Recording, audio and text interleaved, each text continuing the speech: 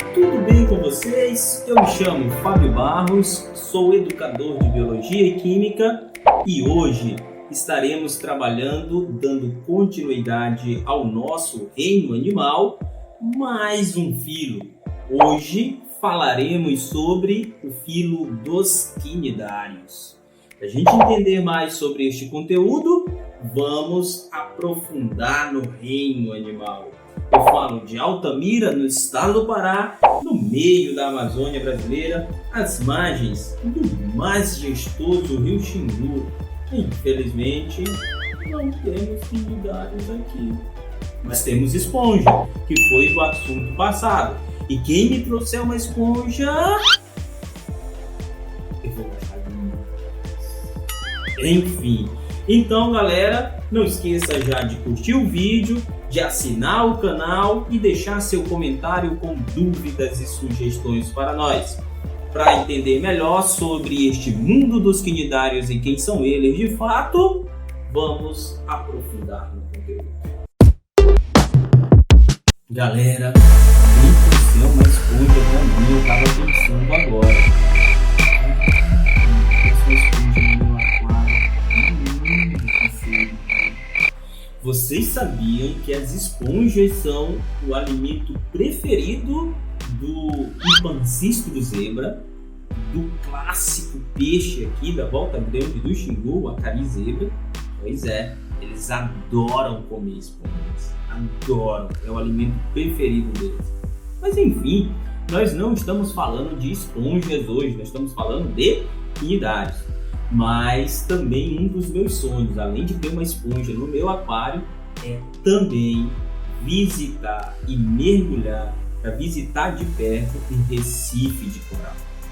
O recife de coral é muito lindo, vocês já viram, né? Pela TV, eu também. Infelizmente nunca tive essa oportunidade, mas um dia eu vou lá mergulhar e dar de cara com esse recife de corais. Então, mas o recife de corais, como está aparecendo aqui para vocês agora, ele é formado basicamente de quinidários. Então, essa coloração aí que ocorre é por uma associação que eles fazem com bactérias. Então, essas bactérias formando várias colorações diferentes, porque cada uma tem uma pigmentação diferente aí para fazer a sua fotossíntese e produzir energia. Já sabemos, então, se cair no vestibular lá, a produção primária nos aquários, em um recife de coral é extremamente elevada por conta dessa associação com as bactérias, mas também torna esses recifes de corais muito frágeis. Por quê? Porque qualquer mancha de petróleo ou qualquer outro tipo de mancha, ou mesmo uma alteração na temperatura, pode matar essas bactérias. E aí nós temos um fenômeno chamado esbranquecimento. Desculpa, nem existe isso, né? Branqueamento dos corais. Essas bactérias morrem, os recifes de corais ficam completamente brancos e eles aos poucos vão também morrendo eles. Como eles produzem grande quantidade de cálcio, fica ali só o esqueleto deste recife de coral. Mas quando esses recifes de corais eles estão em plena vitalidade, eles servem como berçário para muitas espécies e a diversidade, por ser um ambiente heterogêneo, por existir ali uma heterogeneidade ambiental gigantesca e possibilidade de refúgio, de locais para reprodução, enfim, uma diversidade gigantesca de possibilidades, abre-se também uma possibilidade para diversas espécies naquele local, que escolhem ali como berçário, como ponto de refeição, enfim, e é uma festa da vida, então, nesses recifes de corais. Por isso, eu desejo muito visitar algum um dia desses. E, se Deus quiser, um dia desses eu consigo realizar este sonho. Beleza? Mas quem quer também visitar um recife de coral, deixa aqui o seu comentário. Quem já visitou também, quem foi privilegiado, deixe também seu comentário para nós. E vamos aprofundar no conteúdo. Então, galera, para a gente conhecer de fato quem são os quinidários, quem são os indivíduos que pertencem a este filo, vamos primeiro classificá-los. Eu já digo de cara, são o que nós chamamos de águas vivas, tá? Mas é uma diversidade, então tem vários tipos de águas vivas aí que nós vamos ver, então, no nosso vídeo hoje. Para a gente entender de fato quem são eles, quais são as características desses indivíduos, então vamos começar por aqui. Eles, na sua totalidade, são animais aquáticos. Ou seja, se a gente recorda, por exemplo, que este é o segundo filho mais primitivo, ele só é mais complexo, por exemplo, do que os poríferos, então a vida ainda não conseguiu sair da água. Ou seja, eles estão bem estabelecidos aqui, estão bem adaptados, mas eles são todos aquáticos. Eles são todos aquáticos, mas não são todos marinhos. Ou seja, eu posso ter quinidários no mar, em água salgada, mas eu tenho uma pequena quantidade, que são poucos, de água doce, dos cíclulas que nós chamamos. Por isso, eu também queria ter um quinidário no meu aquário, seria magnífico. Mas ele comeria meus peixes. Não, esquece os quinidários, deixa só as esponjas, tá? Então tragam só esponjas para mim. Quinidários, não. Eles são malvados. Apesar de serem ali belíssimos. Imagina uma água viva, naquela elegância dela, nadando para cima e para baixo. Se você, encantado por ela, tocar no seu tentáculo, ela vai te queimar. Você sabia, inclusive, que esses animais estão entre os mais tóxicos da natureza? Tem águas vivas. Nós vamos ver aqui que elas podem matar um ser humano em 20 minutos. 20 minutos! Se você fosse, então, toxicado. Eu fiquei procurando a palavra, porque ferrado não pode ser. Enfim, se você fosse queimado por uma água viva, não é bem uma queimadura, lembra uma queimadura, mas não é. Se ela injetasse em você a sua toxina, em 20 minutos você morreria. Esse tipo específico, essa espécie específica de água viva que nós vamos ver lá na frente. Ou seja, se você fosse infectado lá no início do vídeo, no final você estaria morto. Meu Deus do céu, olha o tanto de toxina que tem esse bicho. Então, fique longe das águas vivas, pelo amor de Deus. Mas vamos entender melhor. Então, a maioria são marinhas, mas também tem ducícolas, mas todos são aquáticos, tranquilo? Esses animais também são o que nós chamamos de diblásticos. O que é isso, professor? Eles já possuem aqui tecidos verdadeiros, então mais uma característica, ou seja, já é bem organizado. Aquelas células não possuem uma certa interdependência entre elas, já tem uma organização específica, ou seja, tem um tecido ali bem formatado, que nós chamamos de tecido verdadeiro, mas eles são também o que nós caracterizamos como diblásticos, ou seja, na sua origem embrionária, eles já vão possuir lá o que nós chamamos de ectoderme e endoderme. Tranquilo? Nós vamos ver depois que essa endoderme e essa ectoderme se transformam em algumas coisas aí bem características na anatomia desses indivíduos. Tranquilo? Mas então, no desenvolvimento embrionário, eles têm a ectoderme e a endoderme, por isso eles são classificados então como diblásticos. Diferente, por exemplo, dos poríferos, que não têm tecidos verdadeiros e são aplásticos, tá? Então, lembrem-se disso daí também. Além disso, eles possuem então uma estrutura interna chamada de mesogleia. Essa mesogleia, ela se origina também da ectoderme. Então, vamos pegar lá. A endoderme, ela vai dar origem a uma estrutura corpórea desses animais chamada de gastroderme. E a ectoderme dá origem à epiderme. E entre a gastroderme e a epiderme vai ficar a mesogleia, que é uma estrutura meio que gelatinosa, que dá aquela característica da água viva, que na água ela fica bem elegante, mas se você tivesse condição de pegar ela e retirar da água, ela parecia uma gelatina, toda mole. Perfeito? Aquilo é a mesogleia. Esses animais são basicamente 90% do corpo dele é formado por água, por isso a movimentação dele é uma movimentação que nós chamamos, é uma outra característica, hidrostática. O restante, os outros 10%, é formado desse agrupamento de células de tecidos verdadeiros. Beleza?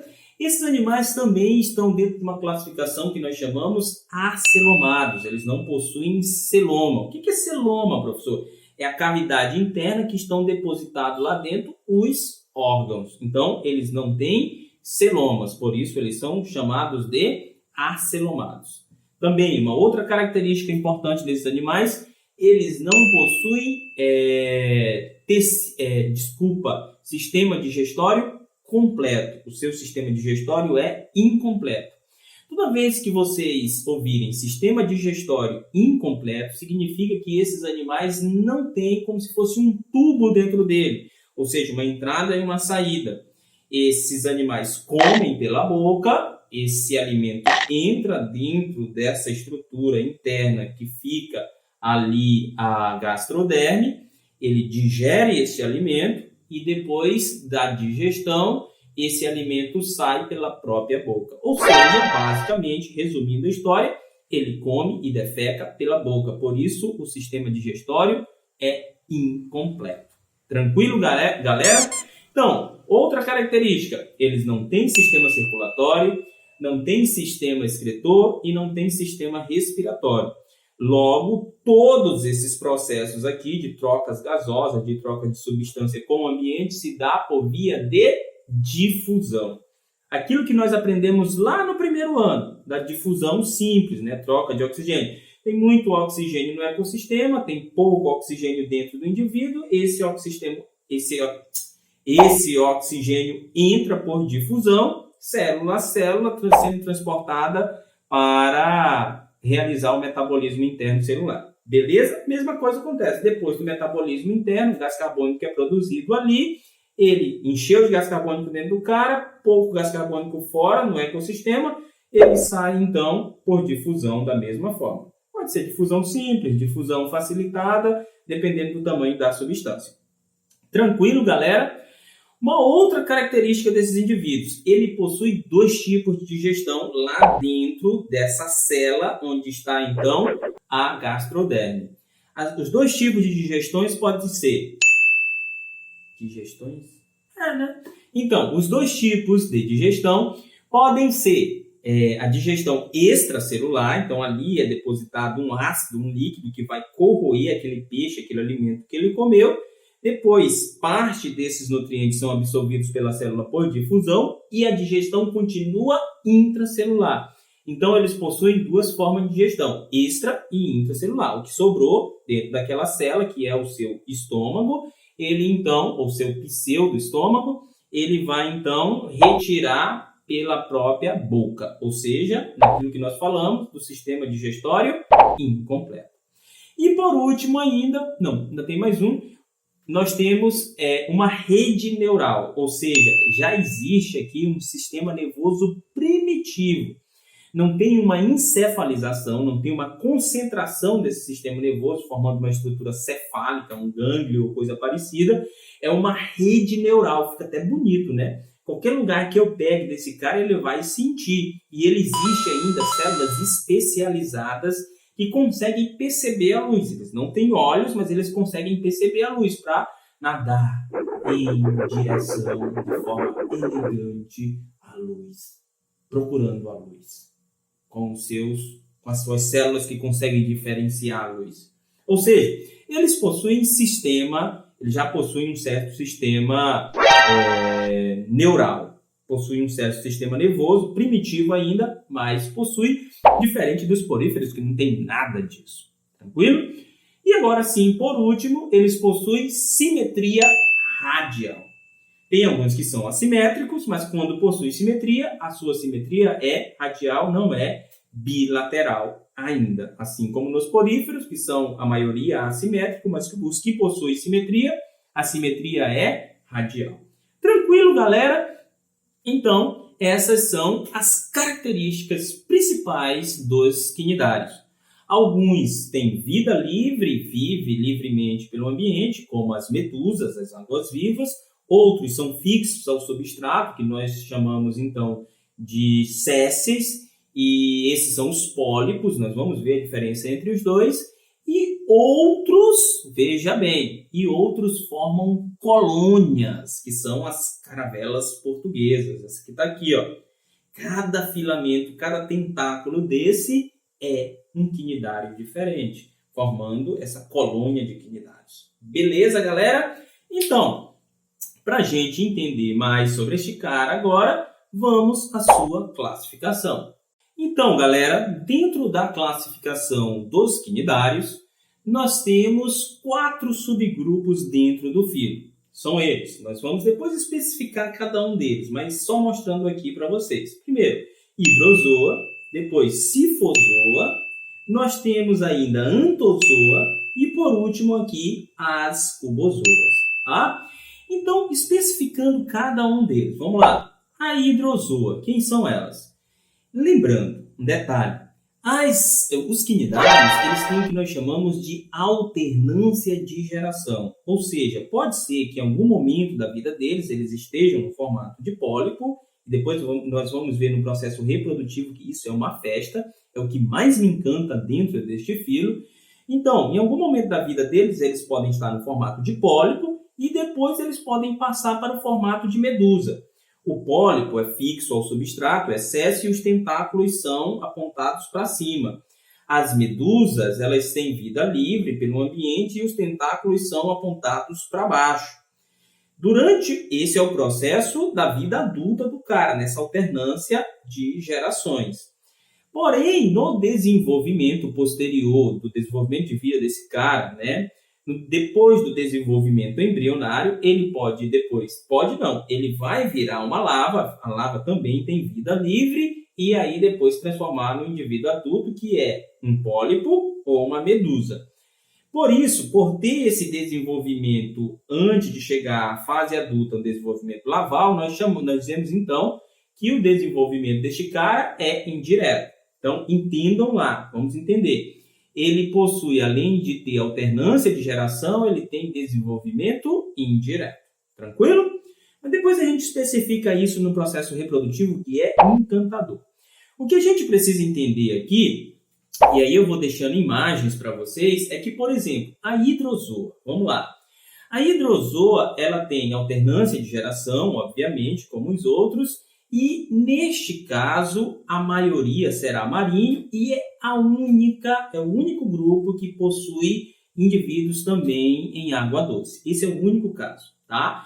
Para as hidrozoas, como eu falei para vocês, eles têm alternância de geração, mas a sua alternância primordial, a sua alternância prioritária será na forma de pólipo. Possuem também medusas da hidrozoa? Possuem, mas ela é muito singela, muito efêmera, são inclusive bem pequenas, a maioria será então pólipos, tá? Das sifozoas, vamos lá. Então, sifozoa, todos são de água salgada, todos são marinhos, e vamos mostrar a figura aqui também para vocês verem um exemplo dela. A sua alternância de geração, a predominância é de medusa, o pólipo dela é reduzido, mas também existe pólipos entre elas, e elas fazem um processo de reprodução chamado estrobilização. Nós vamos ver quando eu estiver estudando, então, a reprodução desses bichos. Tranquilo?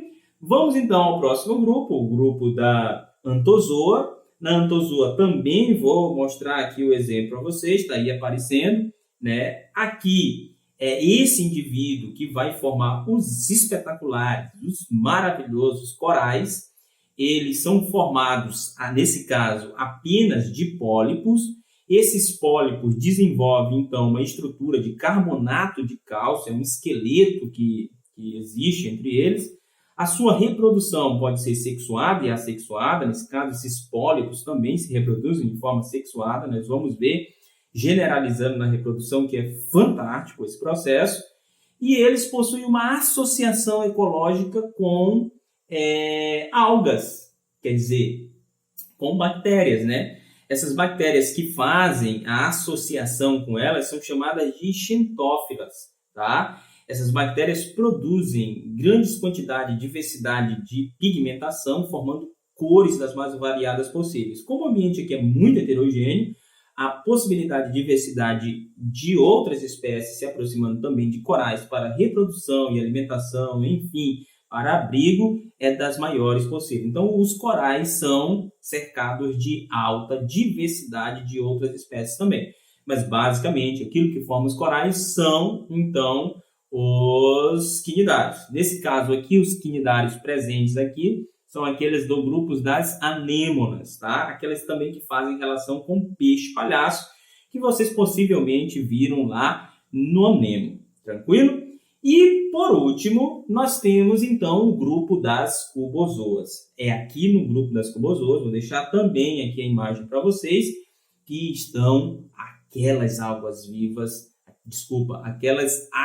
vivas, é quase um trava-língua, né, isso daqui, que são extremamente perigosas. Existe uma espécie entre elas, uma espécie que tem alta toxicidade, que podem matar indivíduos em 20 minutos. Então, fiquem longe das cubozoas. Tranquilo, galera? Então, voltamos aqui agora para verificar a reprodução desses indivíduos. Então, a reprodução agora, gente, é muito fantástica. Então, vou mostrar uma imagem aqui para que a gente possa aprofundar no conteúdo e entender a maravilha que existe. É claro, nós estamos trabalhando de forma genérica isso, depois a gente vai ver, eu mostrei para vocês que ela está distribuída de forma mais detalhada entre os grupos, tranquilo? Então, vamos entrar no conteúdo. Então, galera, como eu disse para vocês no início do vídeo, a reprodução dos quinidários é absolutamente fantástica. Fantástica porque tem particularidades que são exclusivas desse filo e uma diversidade em uma única espécie, que é uma coisa absolutamente maravilhosa. E por ser tão eficiente, os alunos às vezes me perguntam, professor, por que o mar não está absolutamente tomado por águas-vivas, posto que algumas espécies de água-viva, inclusive, são imortais, ou seja, elas são biologicamente imortais, elas não vão morrer de velhice. Significa que elas podem morrer por outra situação. Se você der um tiro nela, cortar ela com um machado, passar com um trator de esteira em cima dela, ela morre. Mas de velhice, ela não vai morrer.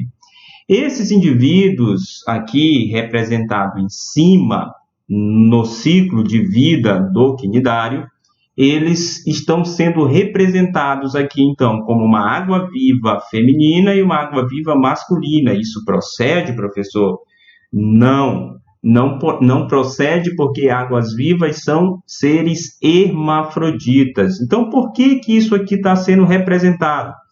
Porque um belo dia, esta água-viva acordou de manhã, escovou seus dentes, penteou o cabelo e decidiu, hoje eu quero ser do sexo feminino. Ponto.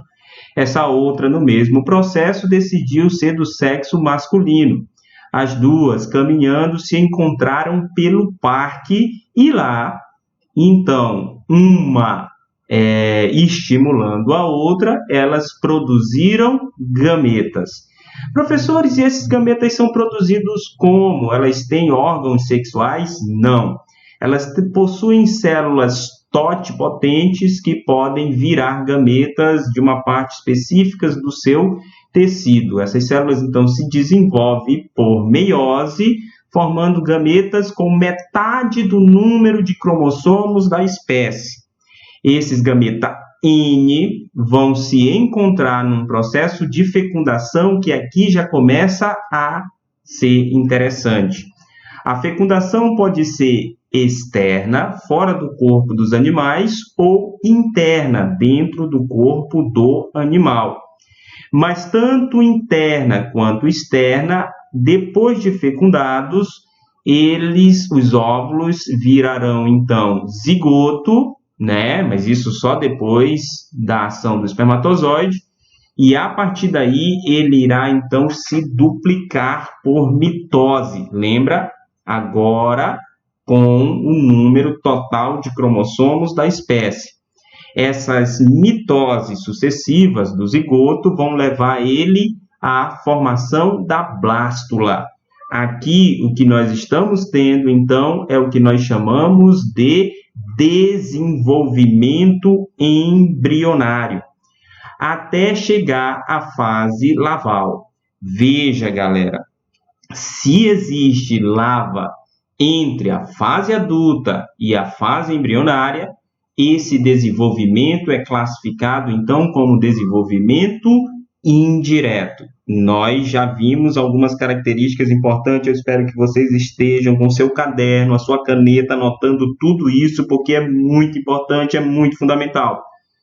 Primeira questão, os indivíduos são hermafroditas. Segunda questão, a fecundação pode ser interna ou externa. Terceira questão, o desenvolvimento é indireto porque tem a fase laval. Essa fase laval, então, os seres, os quinidários, eles possuem vida livre, são ciliados e saem nadando livremente pelo mar, pela força da maré, a Deus dará. Quando eles encontram um local propício, um substrato adequado, eles então vão se encaixar no substrato e vão começar o desenvolvimento para a fase adulta. Só que, lembrando, aqui nós temos alternância de geração. O que é isso, professor? É que a fase adulta, ora vai estar no formato de pólipo e ora vai estar no formato de medusa.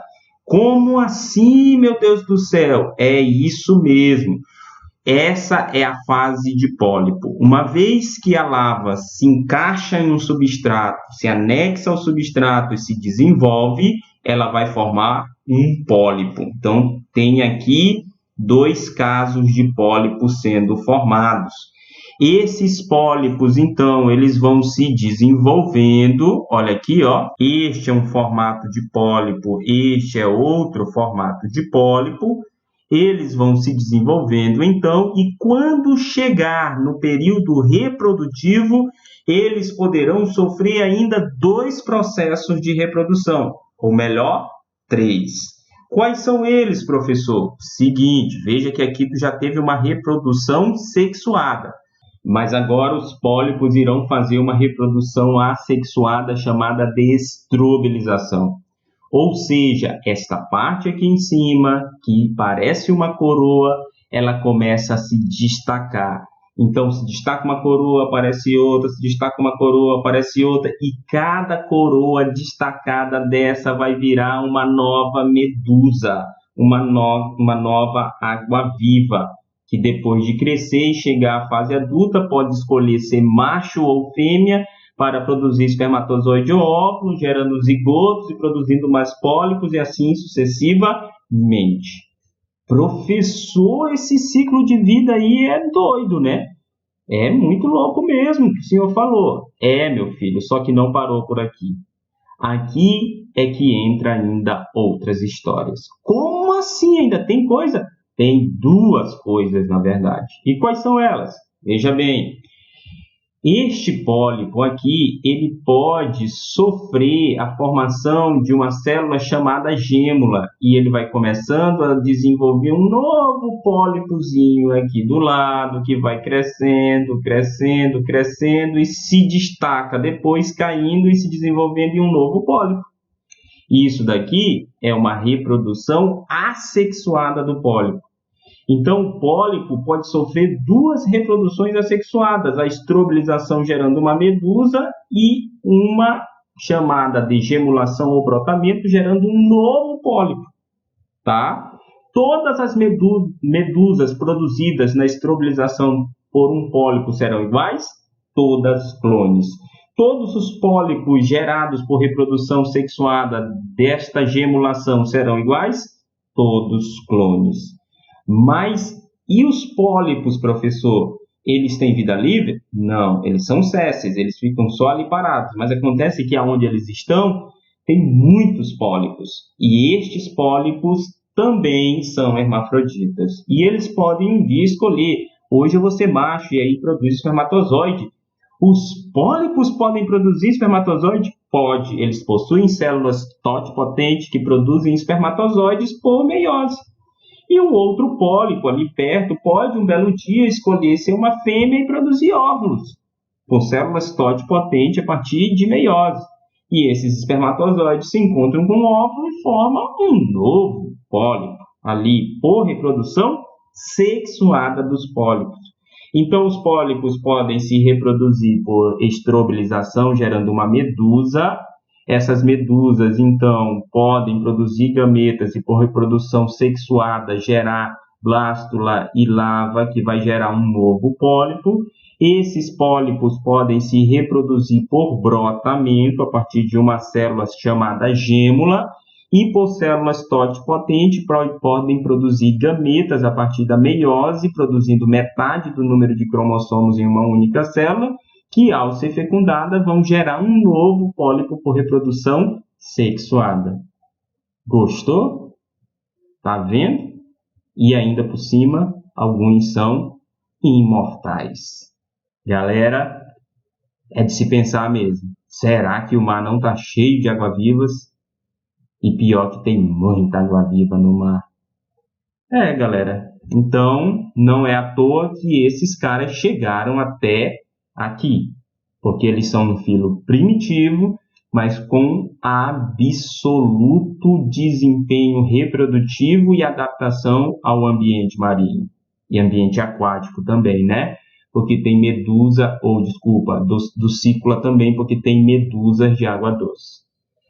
Viram que loucura, galera, a reprodução desses bichos? Espero que você tenha gostado, espero que você tome cuidado, se um dia for lá no mar ou mesmo na água doce, fique longe das águas vivas, porque elas são extremamente perigosas. Mas é claro, elas têm essa toxicidade para capturar e se defender. Então, nada mais justo, né? Então, galera, espero que vocês tenham gostado. Não esqueça de curtir o vídeo, de se inscrever no canal se ainda não for inscrito. Deixe aqui também as suas dúvidas e sugestões para nós e compartilhe os conteúdos do canal com seus amigos para que outras pessoas tenham acesso também e possam estudar para o Enem. Beleza, galera? A gente se vê no próximo filo, continuando dentro da série sobre o reino animal. Beleza? Falou!